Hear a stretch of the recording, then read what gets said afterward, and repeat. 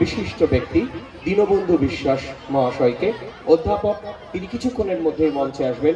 তাকে আমন্ত্রণ জানাচ্ছি মঞ্চে আসবার জন্য।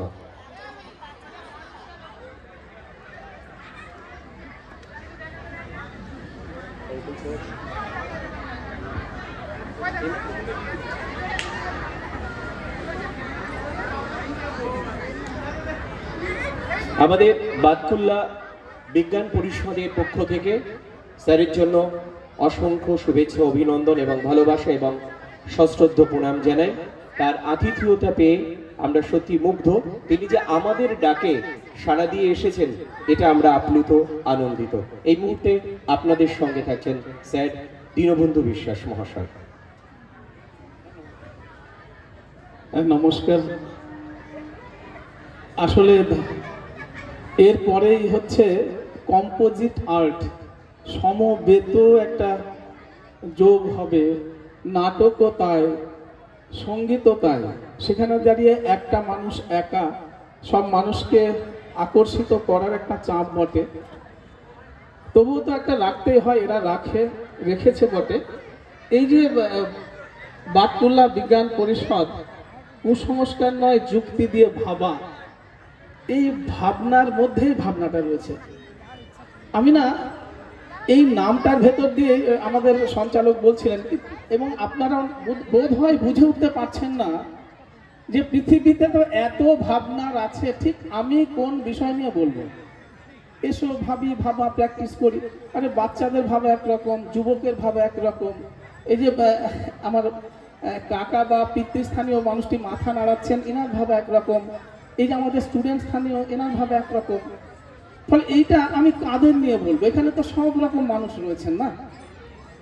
এবং আমি বলছি, যদি এমন একটি বিষয় বা ভাবনার সূত্র আমরা বলতে পারতাম, ধরাতে পারতাম, যেখানে শুধু বাতকুল্লার এই মানুষ, নানা বয়সের মানুষ নয়, পৃথিবীর সব মানুষেরই একই চিন্তার মধ্যে রয়েছে, তাহলে কেমন হতো? তাহলে তো কেউ বলতে পারতো না যে এরপরে 1 ঘন্টা সময় নষ্ট হলো। আমি ঠিক ওইটা, এই ভাবনাটা আমারও ওইখানটা নিয়ে এসছি যে আসলে দেখেন, আমরা পৃথিবীতে প্রায় 20 লক্ষ প্রজাতির প্রাণী আছি, তার মধ্যে মানুষ শ্রেষ্ঠ জীব। এই মানুষের মধ্যে সবাই কি আমরা সমসম্মানে উন্নীত? সবাই তো সমসম্মানে উন্নীত নই। আমরা যারা ছোটবেলায় একসঙ্গে খেলা করতাম, গোলাশুট খেলতাম, এখন এই মোবাইলের যুগে এগুলো নেই। আমরা কিতকিত খেলতাম, আমরা সিঁদুর টোকাটুকি খেলতাম। সেই মানুষগুলোর মধ্যে দেখবেন কেউ না কেউ সমাজে স্তর চেঞ্জ হয়েছে, তাই না? কেউ মাস্টারমশাই হয়েছেন, কেউ অধ্যাপক হয়েছেন, কেউ নেতা হয়েছেন, কেউ সমাজসেবক হয়েছেন। সবাই সমসম্মানে নয়। আমি বলতে চাইছি যে কোন চেতনায় আপনার ঘরের ছেলেটি বা আপনি সম্মানের স্তরে উন্নীত হন এবং আরেকজন হন না? কোন চেতনায়, কি কারণে? ওইটি আমার আলোচ্য বিষয়, যে আমরা আসুন ভাবি এবং ভাবা অভ্যাস করি।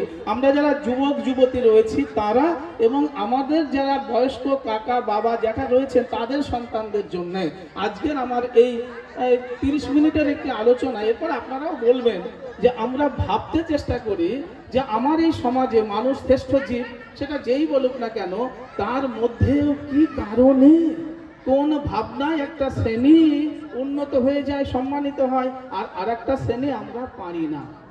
এটাই হচ্ছে আমার আলোচ্য মূল বিষয়। তাহলে আমি ধরাতে পেরেছি?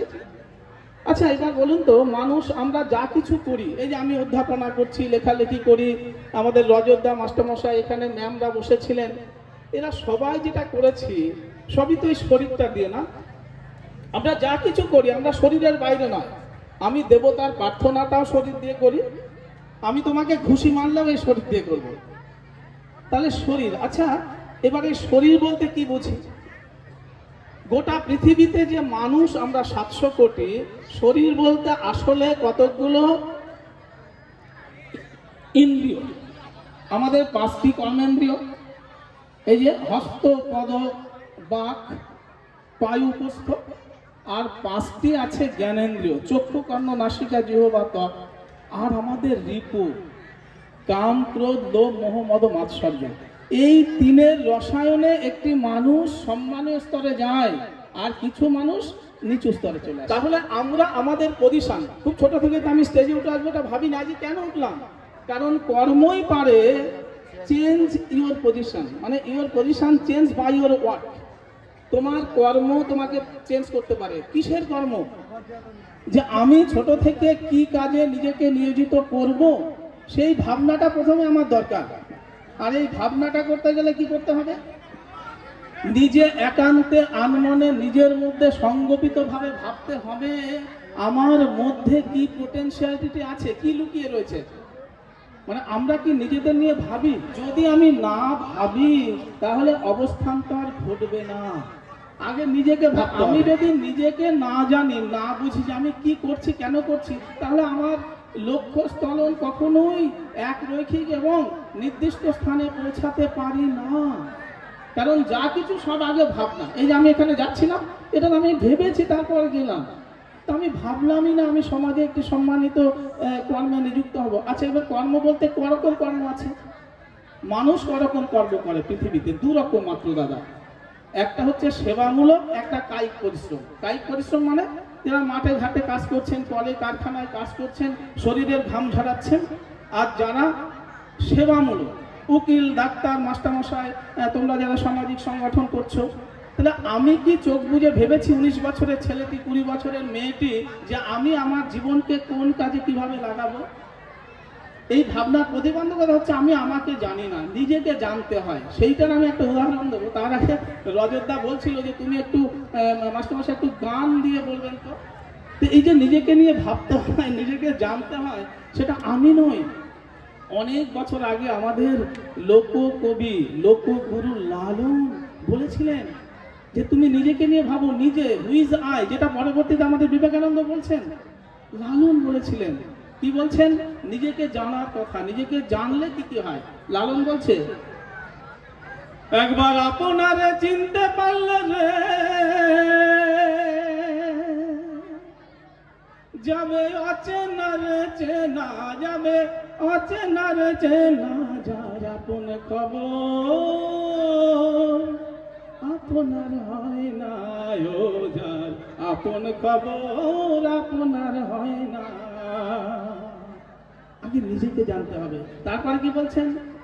সাই নিকট থেকে দূরে দেখা, যেমন কেশের আরে পাহাড় লুকায় দেখ না। ও সাই নিকট থেকে দূরে দেখা,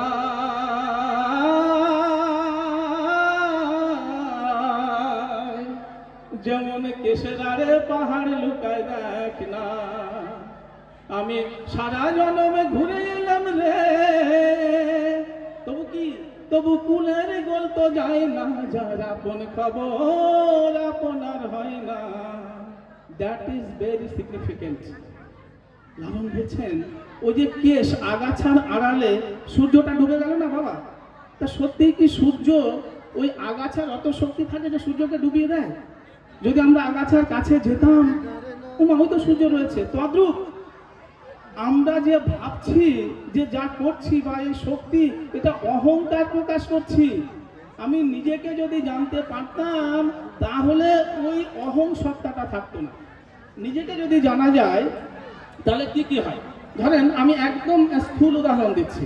আচ্ছা, আমি তো 19-20 বছরেই বুঝে গিয়েছিলাম যে আমার হাইট এর থেকে আর বাড়বে না। তার জন্য কি আমি আমার বাপ মাকে বলবো যে তোমরা কেন লম্বা হলে আমি কেন পুলিশের চাকরি পারবো না? বা আমার রজত বাবুকে বলবে নাকি? রজতদা কি কখনো আমার মতো রজতদার হাইট, ও কখনো কি IPS অফিসার হতে পারতো? মানে হতো না। তা আমি কি আমার বাবাকে কি অভিযোগ করবো? তাহলে আমাকে ভাবতে হয়েছিল যে আর যাই হোক, আমি যদি চাকরি পাই আমি তো পুলিশ হতে পারবো না।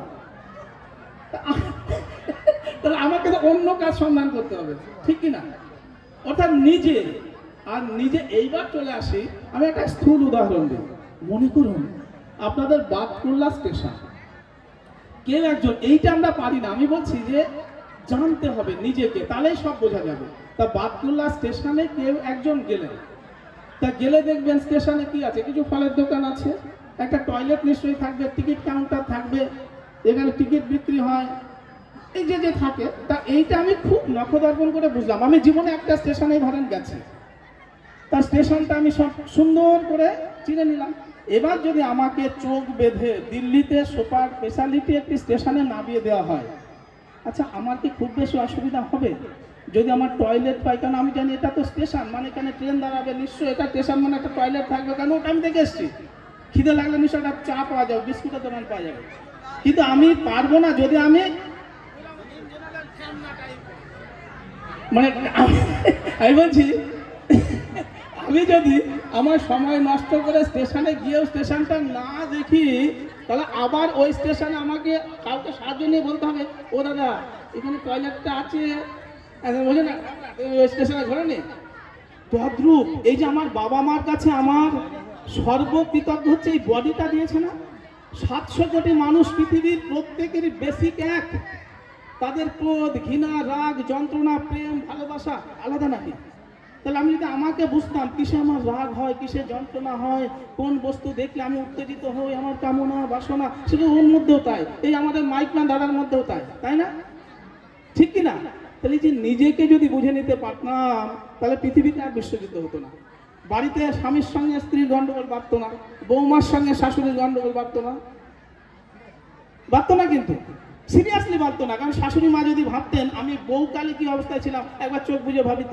কিন্তু বউকালের অবস্থাটা তিনি ভাবেননি, ভুলে গেছেন। যেমন ভাবে বাতুল্লাহ স্টেশনটা সবটা আমি না দেখে দিল্লি চলে গিয়েছিলাম। ভাবুন, ভাবা প্র্যাকটিস করুন। একটা মানুষ তার নিজেকে জানলে, আমি নয়, লালন বলছে পৃথিবীর সব মানুষকে জানা হয়ে যায়। কারণ এই যে প্রথমেই বলছিলাম, কাম, ক্রোধ, লোভ, মোহ, মদ, মাৎসর্য, এইগুলো তো সবার মধ্যে রয়েছে। আর ইন্দ্রিয়, চক্ষু, কর্ণ, নাসিকা, জিহ্বা, এগুলো সবার মধ্যে রয়েছে। আমাদের যা কিছু ভালো খারাপ, সম্মানীয় এবং অসম্মানীয়, সব আমরা এই বডি দিয়ে করি। এই বডিতেই সম্মান, এই বডিতেই অসম্মান। এখন আমাদের প্রশ্ন হচ্ছে, তাহলে আমাকে সম্মানীয় স্তরে উন্নীত হতে বাধা দেয় কে? ধরুন আমি আমাকে দিয়ে বলছি, তাহলে আমি পরিশ্রম করে একটা জায়গায় এলাম, এই যে আমাকে মাইক তুলে দিয়েছে, আমি অধ্যাপক মাস্টারমশাই, আমি আমাকে বলছি, আর কিছু না। এবার আমি আমার শিক্ষক সত্তার কি, আগে শিক্ষক হতে গেলে আগে পঠনটা দরকার, তার কেমন আচরণ। যদি বাই চান্সলি ভুলে যায়, তাহলে কি হবে জানেন? আমার ভেতরের ইন্দ্রিয়গুলো আমার বশে থাকবে না। একটা মানুষ যে আজ সম্মানে উন্নীত হতে পারেননি, আজকে যে ছেলেটি চাকরি পেল আর যে পাননি, যে মানুষটি সামাজিক সসম্মানে বড় হচ্ছে না, যে পারেনি, যে জেলে আর যে জেলে নয়, আর শিক্ষামন্ত্রীর কথা বলবো না, তার কারণ হচ্ছে তার মনটা নিজের বশে ছিল না। আমার যে 5টি ইন্দ্রিয় আছে, চক্ষু, কর্ণ, নাসিকা, জিহ্বা, ত্বক, এগুলোকে সঠিক সময় সঠিক কাজে ব্যবহার করিনি। আমি অধ্যাপক, আমি অধ্যাপনা করতে গিয়ে হয়তো এইদিকে ভালো মেয়েরা বসে থাকার জন্য ওইদিকে চলে গেছে, কারণ আমার চোখ দেখেছে ওইদিকে চলে গেছে। ফলে কিন্তু ওই মেয়েটি বুঝতে পেরেছে এই যাই হোক, এর মধ্যে 100% শিক্ষক সত্তা নেই। হয়তো আমি ম্যাম 9-এ পড়াচ্ছি, পড়াতে পড়াতে হঠাৎ কি মনে হয়েছে যে এরপর আমার চ্যাট করতে হবে, আমি হট করে কি করেছি, লিপস্টিকটা বের করে ঘষে নিয়েছি। আমি কিন্তু 9-এ পড়াচ্ছি, আমি তো ম্যাডাম। ওই মেয়েগুলো বুঝে গেল আর যাই হোক ম্যাডামের মধ্যে সত্যটা নেই। হুইজ আই, আমার পজিশন জানতে হবে। আমি একটা মানে খুব মনোটনার সাথে বলে এই প্রসঙ্গে একটা গল্প বলি। সেটা হচ্ছে গল্প নয়, একটা নাটকের থিম। সেটা নাটকটার নাম হচ্ছে, ভারী সুন্দর গল্পটা, লোকশিক্ষার গল্প, বিল্বমঙ্গল চিন্তামণি।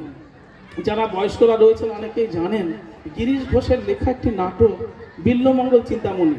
কি অসাধারণ লোকশিক্ষা নাটক।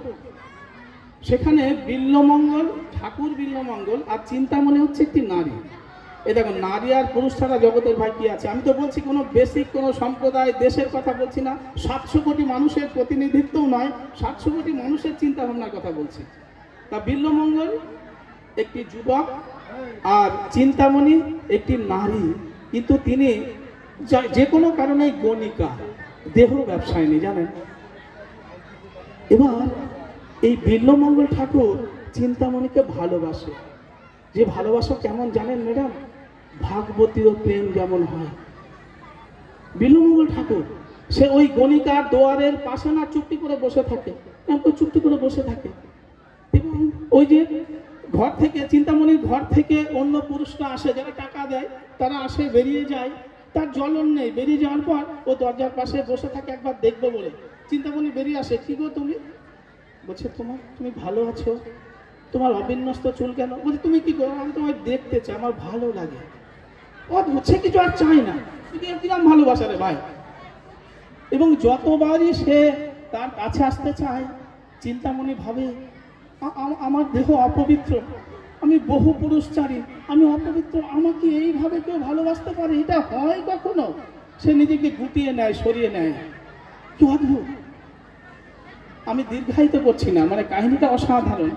একবার কি হলো, মারাত্মক ঘটনা, মানে বাবা মারা গেছেন ছেলেটার, তারপরেও সে 11 দিন মাত্র স্প্যান, তারপরে 12 দিনে চলে এসে, তখন সে চিন্তামণি আমার কথা শোনা যাচ্ছে তো ম্যাডাম, শুনছেন তো?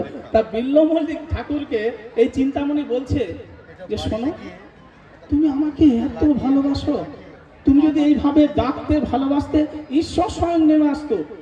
তুমি আমার মধ্যে কি দেখেছো?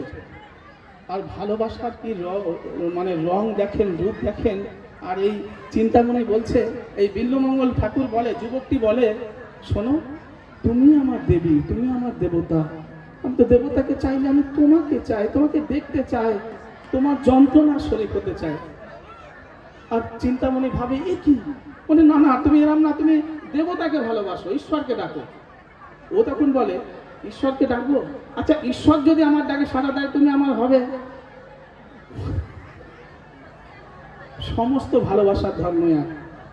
যারা দাম্পত্য জীবন কাটাচ্ছেন, একবার হলেও ভাববেন, দুদিন হলেও তার সঙ্গে এই সম্পর্ক হয়েছিল। আর যারা প্রেমিক প্রেমিকা, আমার ছাত্রছাত্রী, তাদের আর কি বলবো। এবার নিজের মনের খেয়ালে বলেছে হ্যাঁ হবে। বলছি তাই? বলছি কাকে ডাকবো? বলছি তুই কৃষ্ণ নামে মন্ত্র নেই।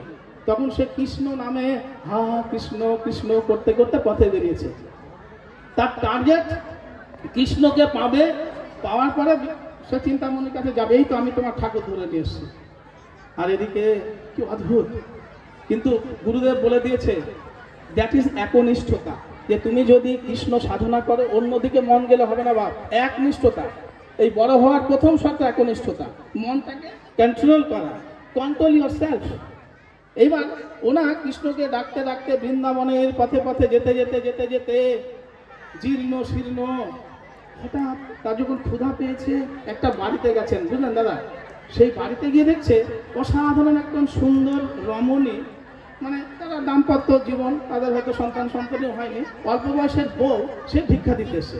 যেই ভিক্ষা দিতে এসছে, হঠাৎ ওই ঠাকুর বিল্লমঙ্গলের মধ্যে কাম জেগে উঠেছে। মানে যে চোখে ওই মেয়ে মানে নারীকে দেখা উচিত, বৈষ্ণবরা তো নারীকে মা বলে দেখবে, কজন বৈষ্ণব দেখে সেটা আলাদা। এবার দেখছি আমি আর একে মা বলে তো দেখতে পাচ্ছি না, আমার ভেতরে একটা কেমন ফিলিংস হচ্ছে। তখন বলছে না, আমি মা বলে ডাকলাম, বলে ভিক্ষাং দেহি মাতা, কিন্তু আমি তোমাকে না মা বলে দেখতে পাচ্ছি না, তোমার স্বামীকে ডাকো, আমি ভিক্ষা নেবো না। বলছি মানে? ওর স্বামী এসছে, বলছে আমি আপনার ঘরে ভিক্ষা নেবো না, আমি পারবো না। বলি কেন পারবে না? তুমি কি চাও? আমার দরজা থেকে তোমাকে ফিরিয়ে দেবো না, কারণ আমাদের সনাতনীর যে ঐতিহ্য আছে, ভিক্ষা বের করলে তাকে আর ভেতরে নিয়ে যাওয়া যায় না। বললো তুমি আমি যা চাই দিতে পারবে না। বললো কি চাও তুমি? বললো শুনবে আমার ভেতরের কথা। আমার ভেতরের কথা হচ্ছে এই, যে আজ রাতে আমারই শয্যা পাশে তোমার স্ত্রীর শালঙ্কারীর শয্যা স্বয়ং। বুঝি ভেতরটা আমার এই করছে যে আমরা যেন না মুখোশ। আমি একটা গান না গিয়ে পারছি না, সেই গানটা হচ্ছে এই, বাইরে যা দেখছো আমি ভেতরে তা নই, বাইরে যা দেখছো আমি ভেতরে তা নই। এই ভদ্রতার মুখোশ পরে আমি, ভদ্রতার মুখোশ পরে নোংরামিতে ঢেকে বাইরে যা দেখছো আমি, এটা আমার পোশাক, সাজা অধ্যাপক আমি, ভেতরে তা নয়। মনের মধ্যে বসত করে নোংরা নর্দমা। আমার আত্মমুক্তির গান গাইতে গেলে আমার চোখ ছলছল করে। মনের মধ্যে বসত করে নোংরা নর্দমা, লোভ লালসা ছলা কলা প্রতিদিন জমা। অন্যের ভালো শুনতে পারি, মানে আপনার ভালো হচ্ছে সহ্য করতে পারি না। অন্যের ভালো শুনতে পারি, এমন কথা বলি বাইরে যা দেখছো আমি ভেতরে তা নয়। বিল্বমঙ্গল ঠাকুর দ্বিচারী ছিলেন না, সে সত্যি বলেছে। আর অবাক, এটা ভাবলে অবাক হবেন, নিষ্ঠা কি করে। আর ওই গৃহস্থ রমণী আর স্বামী তারা ভাবলো কি এ সাধক বেশে নিশ্চয়ই নারায়ণ আসেনি তো আমাকে পরীক্ষা নিতে। তারা স্বামী স্ত্রী দুজন ঘরে গেল, ঘরে গিয়ে সলা পরামর্শ করে বলে তুমি যাও, যাও তুমি। আমি যাবো, আমি তোমার স্বামী, আমার সতীর্থ বলছে যাও তুমি, আমি বলছি তো যাও। রাত দ্বিপ্রহরের পর সালঙ্কারিক মূর্তিতে বিল্বমঙ্গল ঠাকুর বসে আছেন। তার ঘরে ধীরে ধীরে নত মুখে ঢুকছেন মা জননী নারী মূর্তি। আর বিল্বমঙ্গল ঠাকুর না অবাক হয়ে গেল, বলে কি চেনা নেই, জানা নেই, শোনা নেই, আমার একটা কথাতে যে এইরকম একটা ঘটনা করতে পারে। আর আমি কি আমি কি আমি কি আমি একটা কন্ট্রোল করতে পারলাম না নিজেকে, আমি কি করেছি। কার কখন বিবেকের উদয় হয় কেউ জানি না। আরে ভাই, রত্নাকর ট্রান্সফার টু বাল্মীকি। এবার কি করলো জানেন, যখন ঢুকছে মেয়েটা তো বুঝতে পারছে আমার তো কিছু করার নেই, আমি তার কাছে সঁপে দিয়েছি। যত এগিয়ে আসছে বিল্বমঙ্গল ঠাকুর উদাস ভাবে চেয়ে আছে নারীটার দিকে। নারীটা আসছে ক্লাইম্যাক্স, বিল্বমঙ্গল ঠাকুর হাত বাড়িয়ে দিল। আর নারীটা ভাবছে এবার হয়তো আমার সমস্ত অলংকার খুলতে হবে। তাই হলো, বলল তোমার ওই মাথার দুটো ক্লিপ তুমি আমাকে দাও। মাথায় চুলে মেয়েরা ক্লিপ বুঝে নেয় না বাবা। ও তো বুঝতে পারলো হয়তো মাথা থেকে শুরু। দুটো ক্লিপ দিল, দিয়ে বললো মা গো তুমি বসো। আর ওই ক্লিপ দুটো নিয়ে কি করলো জানেন, ওই দুটো ক্লিপ নিয়ে নিজের চোখে চোখের মধ্যে ঢুকিয়ে দিল। রক্ত পড়লো, অন্ধ হয়ে গেল। ও বলছে কি করলেন, বলছে মা গো আমার এই শালার চোখ, এই চোখ আমার মধ্যে কামনা জাগিয়েছে, তাই চোখকে আমি অন্ধকার করলাম। করে বলল ওরে মন চলে, চলো মন যথা চলে পদ। পদ মানে পা। বলছি পা যেখানে যাবে তুই ঢেউনা মন সেই দিকে যা। এই গল্পটা আসলে আত্মসংযমের। তারপরের কাহিনী আপনারা জানেন যারা পড়েছেন। অন্ধ বিল্বমঙ্গল ঠাকুর যেখানে যাচ্ছে পড়ে যাচ্ছে, এখানে ওখানে কাটাতে রক্তপাত হচ্ছে, তার সারা শরীর মরণাপন্ন। তখন কৃষ্ণ এসেছিলেন তার রাখাল বালক সেজে, তার হাত ধরে ওই কোথায় যাবে তুমি? আমি আমি বৃন্দাবনে যাব। কি জন্যে? আমি কৃষ্ণ। হ্যাঁ কৃষ্ণ। বুঝলেন, এই তো আমি। বলতেন না হ্যাঁ তুই না, আমি কৃষ্ণকে চাই। ওই ছোট্ট বাচ্চা রাখাল বালক কৃষ্ণ তাকে ধরে ধরে নিয়ে এসে চোখে হাত দিল। ও টাকা বেড়া কি দেখছে? চিন্তামণি। বলছি চিন্তামণি তুমি? আমি তোমার যোগ্য নই, আমি পারিনি। তুমি যে কথা বলেছিলে আমি পারিনি, আমি একনিষ্ঠ হয়ে কৃষ্ণকে ডাকতে পারিনি। আমি আজ থেকে আমার এই কালিন্য মালিন্যময় মনকে আমি তোমার দিকে আনতে পারবো না, তুমি দেবী। উল্টো হয়ে গেল। That is twist. It is significant. That is বোধোদয়, বোধিসত্তা, বোধিত্ব। গৌতম, আমি গৌতম বুদ্ধের কথা বলছি, তার প্রথম শ্লোক কাতরু বড় পঞ্চবিগাল, কাতরু বড় পঞ্চবিগাল, চঞ্চল চিয়ে বৈঠো কালো, কাতরু বড় পঞ্চবিগাল, চঞ্চল চিয়ে বৈঠো কালো, বুদ্ধং শরণং গচ্ছামি। আমি বুদ্ধকে বৈষ্ণবীর মধ্যে ঢুকিয়ে দিলাম, বুদ্ধের টাকায় বৈষ্ণবীও ছাঁচে বলতে চাইলাম। উনি বললেন আমাদের এই যে কায়া, কায়া মানে যা থেকে ছায়া পড়ে, এই যে ছায়া পড়ছে কায়া দেখছেন শরীর, এই শরীরের 5টি ডাল। কি কি? চক্ষু, কর্ণ, নাসিকা, জিহ্বা, ত্বক, এইটা নষ্ট হয়ে যায় যদি চিত্ত চঞ্চল হয়। সেই বিবেকের কথা বলছেন, মনের কথা বলছেন, মস্তিষ্কের কথা বলছেন। তাহলে আমার মন যদি ঠিক না থাকে তাহলে তো অন্যদিকে যাবই। এই যে বাচ্চা মেয়েটি বসে আছে না বাপ, ও আমি এখনই কোলে নিলে নাও আসতে পারে, মার কাছে যাবে কেন জানো? কারণ ওই বাচ্চা মেয়েটাকে, বাচ্চা শিশুকে আমরা কোলে নিয়ে আমি আমার স্পর্শ সুখের কথা ভাবি। ও ছোনা ছোনা মোনা, ও মা মা মা, এত চেপে ধরি যে ওই বাচ্চা না সহ্য হয় না, ও তখন কান্না করে ওঠে। অর্থাৎ আমি যাকে জড়িয়ে ধরছি বলে তার কতটা লাগছে সেইটা আমি মনে রাখি না, কারণ আমার নিজের স্পর্শ সুখের কথা ভাবছি। হরে কৃষ্ণ। আমি কিন্তু বিজ্ঞান মঞ্চে কিন্তু এটা ভাববেন না যে আমি কিন্তু কুসংস্কারের দিকে নিয়ে যাচ্ছি, না, এটা নয়। আমি আসল সত্যি কথা মানে আমার নিজেকে বলবার চেষ্টা করছি, যেটা আমরা ভাবি না। আমরা চক্ষু, কর্ণ, জিহ্বার দিকে থেমে যাই না। আমার মনে হয়েছে ত্বকটা মারাত্মক, স্পর্শটা সাংঘাতিক, যে কারণে ছেলে মেয়েরা কি বলবো, হ্যাঁ, একটু ভাবুন, ভাবাভ্যাস করি, আমরা ভাবি। এই ইন্দ্রিয় জয়ের না হলে কেউ কোনোদিন, এই তো রজত বাবু বসে আছো, ওর ইতিহাসটা ঘাটুক না কেন, যে কত কামনা আর কত কিছু, কত চিঠি ও অ্যাকসেপ্ট করেনি, বলুক না আমার সামনে, বলুক কত চিঠি ওকে অ্যাকসেপ্ট করতে হয় না, মেয়েদের দেওয়া চিঠি। এত সোজা নয়। আর যে যারা ভাবছে যে রজত বাবু ওইখানে, আমি কেন ওইখানে, তোমার ইতিহাসটা দেখবে আর রজত বাবুর ইতিহাসটা দেখবে, সংযমের ইতিহাস। জাস্ট একটা উদাহরণ দিলাম, এরম নয় যে রজত দাকে বার খাওয়ালাম ও আবার ডাকবে, এরম না, যেটা সত্যি সেটা বলছে, এরম না। তা শিক্ষামন্ত্রী এখন জেলে, একদিন তো জেলে ছিলেন না। আমাদের মতো অধ্যাপকদের উপর ছড়ি তো ঘুরিয়েছেন, আজকে জেলে কেন? শিক্ষামন্ত্রী হওয়ার পেছনেও যদি তার ক্যাপাবিলিটি দায়ী থাকে, তার জেলে যাওয়ার পেছনেও তার অসংযমিতা, ঠিক কিনা? আমরা আমাদের এই যে পরিবেশ, সেই পরিবেশের স্খলন ঘটার পেছনে হচ্ছে আমার অসংযমিতা।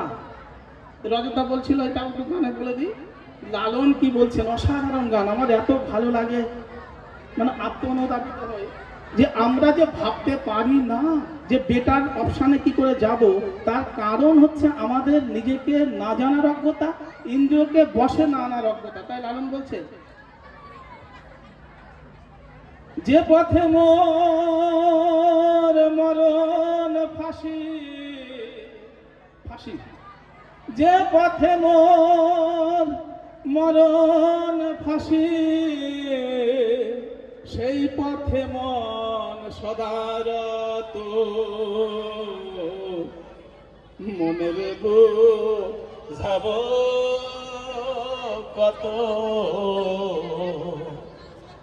মনের বোঝাব কত, মনের বোঝাব কত, যে পথে মোর মরণ ফাঁসি, যে পথে মোর মরণ ফাঁসি, সে পথে মন সদারত, মনের বোঝাব কত।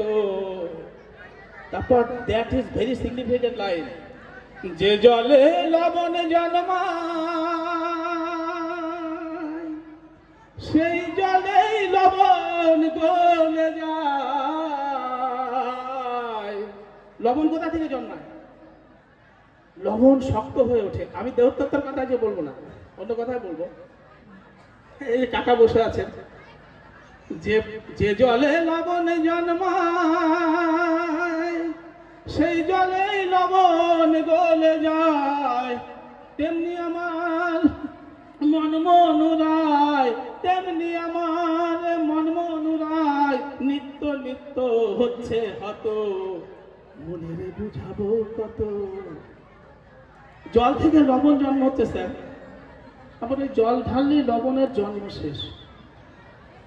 আমার এই শিক্ষা দীক্ষায় যে স্ট্যান্ডার্ড, আমি আজকে দেহতত্ত্বের কথা বলবো না, আমি দেহতত্ত্বের লালনের যে তত্ত্ব, মানে আমার মনে হচ্ছে স্যার, বলছি যে এই গানগুলো না কৌণিক, দ্যাটস মিন প্রিজমিক। প্রিজমে যেমন একটা দিকে আপনি আলো ঢোকালে সব দিকে ছড়িয়ে পড়ে, লালন এই গান সত্যিকারেরই নারী পুরুষের যে মিলনের এসব নিয়ে লিখেছিলেন। আমি এই যুব সমাজকে অধিক আপনারা জানে ওটা বলবো না, কিন্তু ভাবুন তো আজকে আমার এই স্টেজে এই যে দাঁড়িয়ে গল্প করা, এই যে স্যারের বসা, আপনাদের এই যে প্রত্যেকের সসম্মানের জায়গা, এই সমাজ থেকে পেয়েছেন। আমি অধ্যাপককে দিয়েছি এই কথাটি কে বলেছে? উনি মাইকম্যান কে বলেছে? সমাজ বলেছে। তো উনি যদি মাইক ঠিকঠাক না চালাতে পারে, তার পরের দিনই বলবে। তাহলে সমাজ থেকে এই যে আমি অধ্যাপক, আমি শিক্ষামন্ত্রী, তাকে নামিয়ে দিয়েছে সমাজই। তো তাহলে যে জলে লবণ জন্মায় সেখানে চাষ পতন হচ্ছে না, তাই না? মানে আমি বলতে চাইছি, আমার যে সম্মান যাদের জন্য, তাদেরকে যদি আমার স্টুডেন্টরা যেখানে আছে, আমার স্টুডেন্টদের কাছে জন্য আমি অধ্যাপক, আমি যদি স্টুডেন্টদের কাছে অধ্যাপনা না করতাম আমাকে ডাকবে। আমি বলতে চাইছি যে আমি শাশুড়ি মা কেন হয়েছে জানেন তো? তো মা শাশুড়ি মা বসে আছে, শাশুড়ি মা হয়েছে কারণ বৌমা আপনাকে শাশুড়ি বলে বলে। ছেলেকে বিয়ে দিয়েছেন তার জন্য নয়। ছেলেকে বিয়ে দিয়ে অনেকে শাশুড়ি নাও হতে পারে, বিয়ের পরই বৌমা, দোষটা বৌমারই হয়, ছেলেকে নিয়ে চলে যায়, তাকে শাশুড়ি বলে ডাকবে, শাশুড়ি মাকে বলে। তাহলে আমি শাশুড়ি মা হয়েছি, শ্বশুর মশাই হয়েছি, বৌমা আমাকে রেসপেক্ট বা ওইটা ভাবে বলে। আমারও সমান দায়। যে বলে না 6 মাস খুব বৌমা ভালো ছিল, 6 মাসের পরে কি হলো, তারপর আমি না তার কাছে আর মা হয়ে থাকতে পারলাম না। মানে আমি মায়েদের কাছে খুব আনন্দভাবে বলছি। অন্যদিকে বৌমাও তাই, বৌমাও বলছে যে আমাকে মেয়ের মতো দেখতো, এখন আর মেয়ের মতো দেয় না, চাকরানির মতো। তাহলে 6 মাসের পরে কি হলো? এই ফ্যামিলি, এই ছেলেটির বিয়ের পরেই তো সে ছিল, তারপরে এটা কেন হয়ে গেল?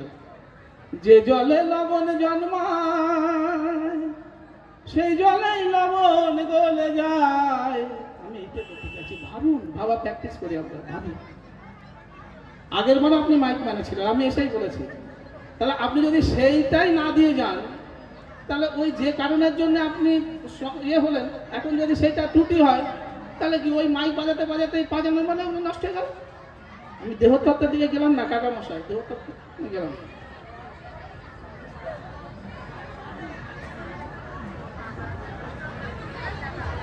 এখন প্রশ্ন হচ্ছে যে আপনি তো অনেক লেকচার টেকচার দিলেন, এটা আমার স্যার বলতো, ওইসব হাত তালি টালি করানো তো মানে হয় না। তা আপনি রেমিডি কি করছেন? রেমিডি অর্থাৎ এর থেকে উত্তরণের উপায় কি সেটা বলুন। হ্যাঁ, খুব তো লেকচার দিয়ে হাত নামিয়ে ভালো ভালো মেয়েদের অনেক তাকিয়ে আছে, এটা নিয়ে চলে গেলে, তা রেমিডি কি বাবা? তুমি বলো এর থেকে কিভাবে আমরা সঠিক পথে যেতে পারি, সবাই আমরা সম্মানিত হয়ে গোটা পৃথিবীতে আর 3য় বিশ্বযুদ্ধ হবে না, বাড়িতে বাড়িতে বৌমা শাশুড়ির ঝগড়া হবে না, ছেলের সঙ্গে বাবার সম্পর্ক ভালো থাকবে, বৃদ্ধাশ্রম গান আর লেখা হবে না, আমি তুমি বসে আছি আর বৃদ্ধাশ্রম লাস্ট লাইন আর লেখা হবে না, এরকম বলো। হ্যাঁ, আমার সঙ্গে আপনি ডিফার করতে পারেন, কিন্তু আমি আমার মতো ভেবেছি, জানেন কাকা, আমার মতো আমি এটা ভেবেছি, যদি এই পথে যাওয়া যেত, যেটা আমার নিজের লেখা আত্মমুক্তির গান নামে সংকলিত, ডায়েরি এখনো ছাপা হয়নি। আত্মমুক্তি কোথায়? মুক্তি, সেলফ সালভেশন কোথায়? সেটা আমার মনে হয়েছে, যদি আমরা গ্লানি, নিজের আত্মদহন, অনুতাপিত হই, একটা কর্মর পরে আমরা যদি না ভুলে যাই সেই কর্ম থেকে আমার যে যন্ত্রণা হয়েছিল, তাহলেই আমার মুক্তি। তা একটা গানে গানে বলি, মাইক দাদা একটা গানে গানে বলি, মঞ্চল অনুতাপের জগতে মিটতে পারে সকল জ্বালারে। মন চল, মনকে বলছি, অনুতাপের জগতে মিটতে পারে সকল জ্বালারে। তোর মাঝেতে ছিল যে মানুষ, সেজন্য আমি মানুষ, তোর মাঝেতে ছিল যে মানুষ, 5 দস্যুর মাঝে পড়ে ভুলি রে বেহুশ। একই কথা বলছে হয়তো এরকম ভাবে। তোর মাঝেতে ছিল যে মানুষ, 5 দস্যুর মাঝে পড়ে হলি রে বেহুশ।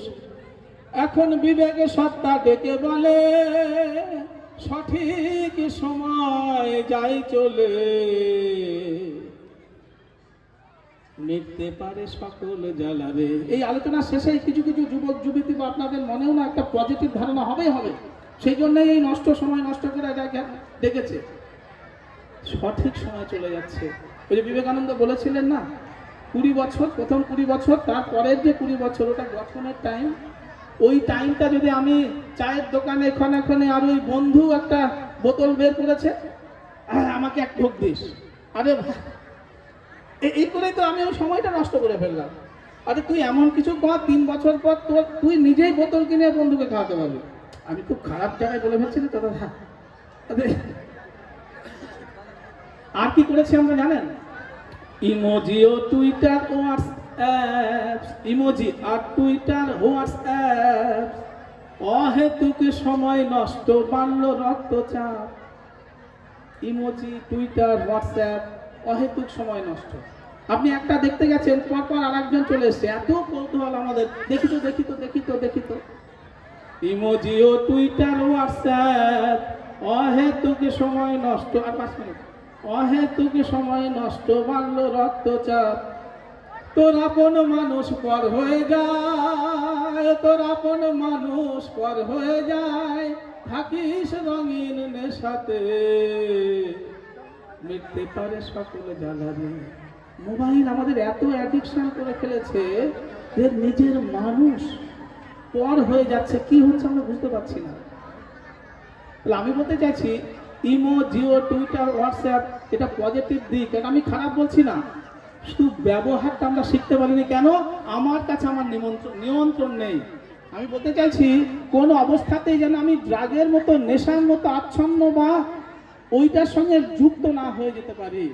আমি যেন আমার মতো করে তাকে চালনা করতে পারি, যন্ত্র যেন আমাকে না চালনা করে। তা যদি হয় তাহলে আমরা পৃথিবীর তৈরি ভালো ভালো যা কিছু ভোগ করার বস্তু, ভালো লাগার বস্তু ব্যবহার করতে পারবো না। তাই আমাদের ভাবতে হবে, ভাবা অভ্যেস করতে হবে। এই যে এ জীবন লইয়া কি করিতে হয়, বঙ্কিমচন্দ্র বলেছিলেন, যে পজিশনে আমি আছি, আমি নিজে কখনো সোনার চামচ মুখে নিয়ে জন্মাইনি। গরিব হয়ে জন্মানোটা পাপের নয়, দোষের নয়, কিন্তু গরিব হয়ে মৃত্যুটা হচ্ছে আপনার অপরাধ। এই দায় আপনাকে নিতে হবে।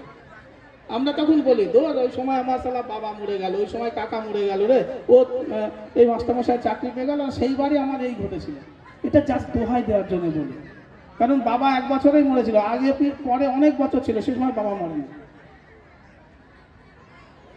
হয়তো আমি এই কথাগুলো বলছি না, আমি যে ব্যাপারটা মানতে পেরেছি তা নয়, আমি মানতে পারিনি বা আমার যন্ত্রণা বলেই তো আমি লিখেছি। এটা ভাববেন না যে আমি বিরাট সুখী, বিরাট এরকম কিছু নয়। তাহলে এই গানগুলো লিখতে পারি আমি, এই যন্ত্রণা আমিও।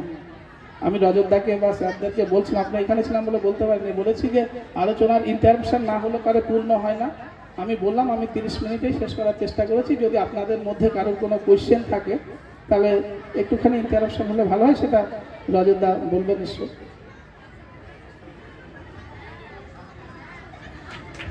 হ্যালো, স্যারকে অসংখ্য ধন্যবাদ। আমাদের দর্শকদের মধ্যে কারো কোনো প্রশ্ন আছে?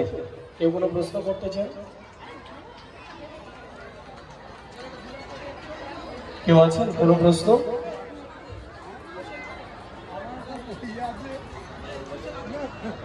আছে?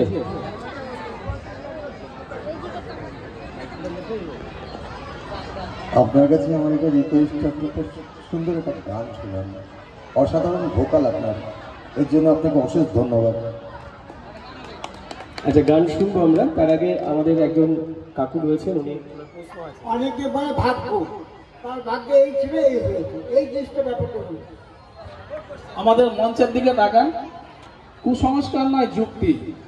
আসলে এটা যারা বলে তারা ভীরু, দুর্বল। ভাগ্য বলে কিছু হয় না। আপনি যদি গীতাতে যান, অর্জুনকে বলছে কর্ম করো, ফলের আশা করো না। আমরা ভুল ব্যাখ্যা করি।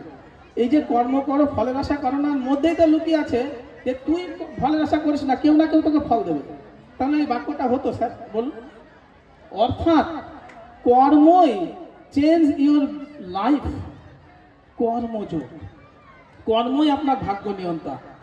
ভাগ্যটা অত উপরে থাকে না, তলার দিকে থাকে, যেখানে আপনার হাত রয়েছে, যেখানে আপনার পা রয়েছে, যেখানে আপনার সংযমের বস্তুগুলো রয়েছে।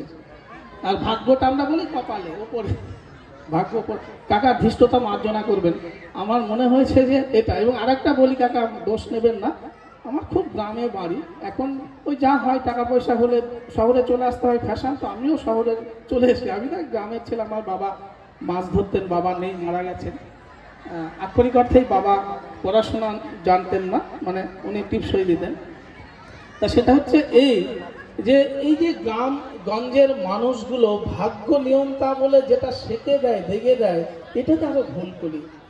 এটা কখনো করবে না। মানুষের একমাত্র কর্মই হচ্ছে তার পরিবর্তনের একমাত্র পথ। আর আমার মনে হচ্ছে প্রত্যেকদিন যদি আমরা 2 মিনিট চোখ বুজে ধ্যান করি শুধু নিজেকে নিয়ে, তাহলেই সে চেঞ্জ হয়ে যাবে। বিবেকানন্দের চোখের দিকে নাই কেউ তাকাতে পারতো না, তার চোখে জ্যোতি বেরোতো। আসলে জ্যোতি কামিং ফ্রম ইনার পাওয়ার। বিবেকানন্দ বলছেন যে যদি তুমি নিজেকে যোগ্য করে তুলতে পারো, এমন কোনো পৃথিবীর শক্তি নেই তোমাকে সেই বস্তু থেকে ছিনিয়ে আনে। উনি ভাক্তির কথা বলছেন না, কি অদ্ভুত কথা বলছেন। উনি বলছেন না রেকমেন্ডের কথা, বলছেন নিজেকে তুমি যদি যোগ্য করে তুলতে পারো সেই যোগ্যের, তাহলে তুমি সেটা পাবেই পাবে। তাই আমার মনে হয় কাকা যে ভাগ্য এই শব্দটার কোনো মানেই হয় না। আপনার ভাগ্য আপনার চেতনা, আপনার হাতে। স্যার আমার একটা প্রশ্ন আছে। গীতাতে বলা হচ্ছে যে নিঃস্বার্থভাবে কর্ম করতে হবে, যে কর্মের সঙ্গে ফলের আশা থাকবে না। খুব ভালো, কর্মান্নিবাদিকারস্তে মা ফলে সুখদাচন। কিন্তু বিবেকানন্দ বলছেন গীতা পাঠ করার চেয়ে ফুটবল খেলা অনেক ভালো। দুটো বিষয়ের মধ্যে কিরকম একটা কন্ট্রাডিক্টরি বিষয় হচ্ছে না? না, একদম হচ্ছে না, কারণ দুটোর পার্সপেক্টটা আলাদা। না, এটা আমি আমার কথা বলছি। কারণ গীতা, এই যে আপনি বললেন না তুমি কর্ম করো ফলের আশা করো না। আচ্ছা আপনি বলুন তো স্যার, আপনি তো জানেন, অনেকেই জানেন যে অর্জুন পায়ের কাছে বসলেন যখন শ্রীকৃষ্ণদেব, ভগবান কৃষ্ণ ঘুমিয়ে আছেন। তার একদিকে অক্ষয়হিনী সেনা আর একদিকে কৃষ্ণ নিরস্ত্র, কৃষ্ণ একা। বলেছেন আমরা যুদ্ধে অংশ নেব না। না, তা দুর্যোধন তো গিয়ে একেবারে গ্যাট হয়ে তার পায়ের কাছে এইভাবে মাথার কাছে বসছিলেন, আর অর্জুন গিয়ে পায়ের কাছে। কৃষ্ণ উঠে প্রথম অর্জুনকে দেখেছিল না, এবং তারপরেও যখন তর্কাতর্কিতে দুর্যোধন বলেছিল যে আমি আগে এসছি, আপনার কাছে চাওয়ার অধিকার আমার। আচ্ছা অর্জুন কি এত বোকা? আনত মস্তকে অর্জুন নিয়েছিল, ঠিক আছে তুমি চাও কেন? ও তো জানতো কি চাইবো, অক্ষয়হিনী সেনা চাইবে। তাহলে এই যে কৃষ্ণ তুমি আমার দিকে, আপনি আমার দিকে, এর মধ্যে কোনো স্বার্থ ছিল না। কারণ বহুবার খ্যাত, বহুবার চর্চিত যে কৃষ্ণ যেদিকে থাকবে যথা ধর্ম তথা জয়। ফলে স্বার্থহীন বলে কোথাও কোনো জায়গায় কিছু লেখা ছিল না। পার্সপেক্টিভ। কৃষ্ণ কি বলছে যে তুমি কর্ম করো, তার মানে কি ফল আমি তোমায় দেব। এটা হচ্ছে between the line sir, between the line. আমরা বলি না এই বাচ্চা, এটা বলে থেমে যায়, তারপরে বাক্যটা কি ছিল? সে চুপচাপ হয়ে গেল। আমরা তো বলি না এই বাচ্চা চুপ করো। তদ্রূপ কর্ম করো নিঃস্বার্থ ভাবে, তার মানে কেউ না কেউ তোমায় ফল দেবে। এই তুমি অত ভাবছো কেন? কাজ করা করো না। আমি টাকাটি বোঝাতে পারছি তো? এটা না হলে কোনোদিন হতে পারে না স্যার। আর যেটা বিবেকানন্দ বলেছিলেন সেটা হচ্ছে যে আরে গীতার ওই মোটা বইটা পড়তে গেলে হাতে খানিকটা জোর লাগে। তা যদি আমার কায়িক যা কিছু সব শরীর দিয়ে করতে হয়, যদি আমি শরীরে সুস্থ সবল না হই, তা আমি গীতার অধ্যায়গুলোই তো খুলতে পারবো না। বলা হচ্ছে যে human body is the highest temple of god, এটাও স্যার আপনি জানেন। তাহলে আমাদের এই হৃদয়টাই ঈশ্বরের পরম পূজা বেদী, আর এই হৃদয়টা আছে শরীরের মধ্যে। তাই যে মানুষ নিজেকে ভালোবাসতে পারে না, নিজেকে জানতে পারে না, সে কিছুকেই জানতে পারে না বলে আমার বিশ্বাস। কারণ আপনি না 1 ঘন্টা ধরে যে পুজো করেন সেটাও আপনার হাত পা নাড়াতে হয়, তা না হলে শেষে গিয়ে বলেন না মাজাটা ব্যথা, বা পুজো করতে গিয়ে মাজা ব্যথা হয়ে গেছে। বলতে চাইছি, ঠিক আছে? ঠিক আছে, থাকবে, কারণ এই আলোচনার শেষ নেই। আমরা চাইবো যে আলোচনা আবার আগামীতে এই বইমেলাতেই আবার আমরা শুনবো। এবং স্যারের জন্য অসংখ্য ধন্যবাদ। জোরে একবার হাততালি হোক সবাই মিলে। আমরা স্যারকে সংবর্ধিত করব।